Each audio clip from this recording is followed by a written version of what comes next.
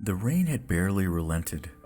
John looked out the 6th-story window again, away from his TV flickering a save screen. Between the raindrops streaking the window, John could still see the guy that lived in front of his apartment building. The man's name was Ted, and he seemed like a genuinely good person. John had on multiple occasions seen Ted hold the door open for people, return dropped wallets, and he once even saw him perform the Heimlich on a drunk from the bar around the corner.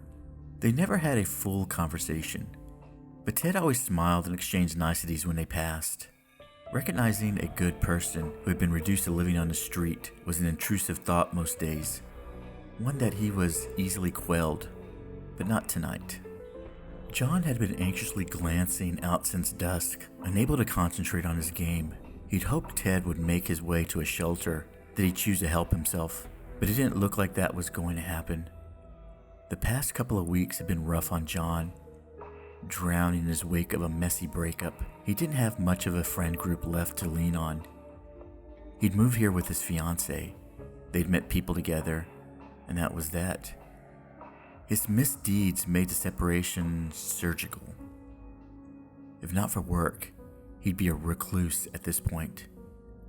Seeing Ted down there, alone, isolated in the storm, felt like looking in the mirror. "Thank you, John." "No need to thank me, Ted. It'll put my mind at ease knowing you're not out there in this." "Ha, this ain't nothing. I'll take a cold rain over snow and ice any day." Ted pulled off his hood, revealing a mousy face with a dark, soaked mop. A peculiar bald spot took up a significant portion of the skin behind the right ear until he abruptly swept his hair over to cover it. They both rode the elevator in silence. This was the first time John had actually seen Ted without a hat or a hood or the cover of the night. He'd always obscured himself when he was outdoors, but not now. In spite of observing Ted as kind and harmless, seeing him in this light gave John an uneasy feeling. Ted's skin was weathered, but different from the tanned, hardened homeless men at line 34th and Bellevue.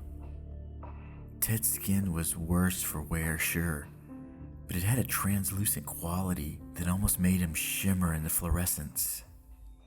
"I'm just over this way," John said to Ted as he stepped out of the elevator. Ted's eyes wandered, looking in the opposite direction. "Room 6024, just down the hall over there," John said as he paused to watch Ted starting the other way. Without turning, Ted said, "I actually have a family friend that lives on this floor. I don't think they were home this weekend. Now I'm wondering if I have my dates mixed up. Mind if I check?" "Yeah, sure." Ted walked down a few doors and knocked. He waited a few seconds and turned a handle, walking in and leaving the door open behind him. John went over to look, but it was dark.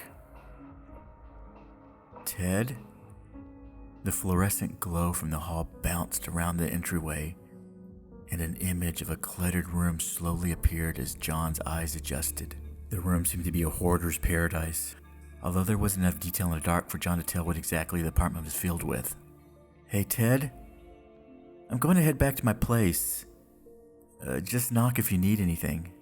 I don't think I'll be able to stay here tonight, but could you give me a hand reaching something? I think there's some extra blankets I can use. They won't mind."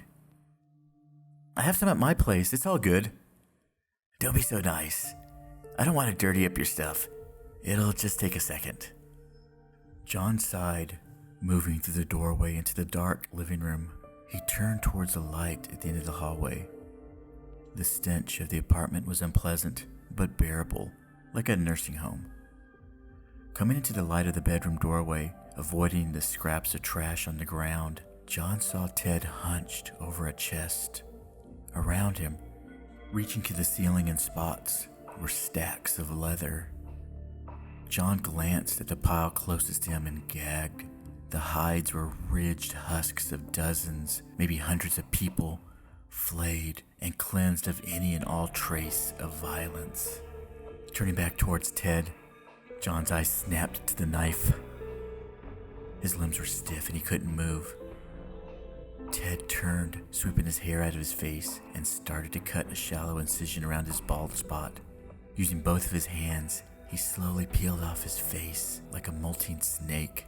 Splitting his skin at the shoulders, Ted sloughed off the translucent husk until there was only a silhouette of raw muscle standing in the middle of the room. "John, let me clean up. I actually rent this apartment. I have for a while now. I don't live here though.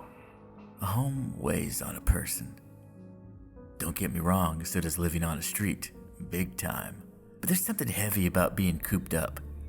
It gets unbearable. Once you've left enough skins in a room, even if you get rid of them, the smell never really goes. Instead of trying to deal with it, I started using the space as storage. Anyway, you're right.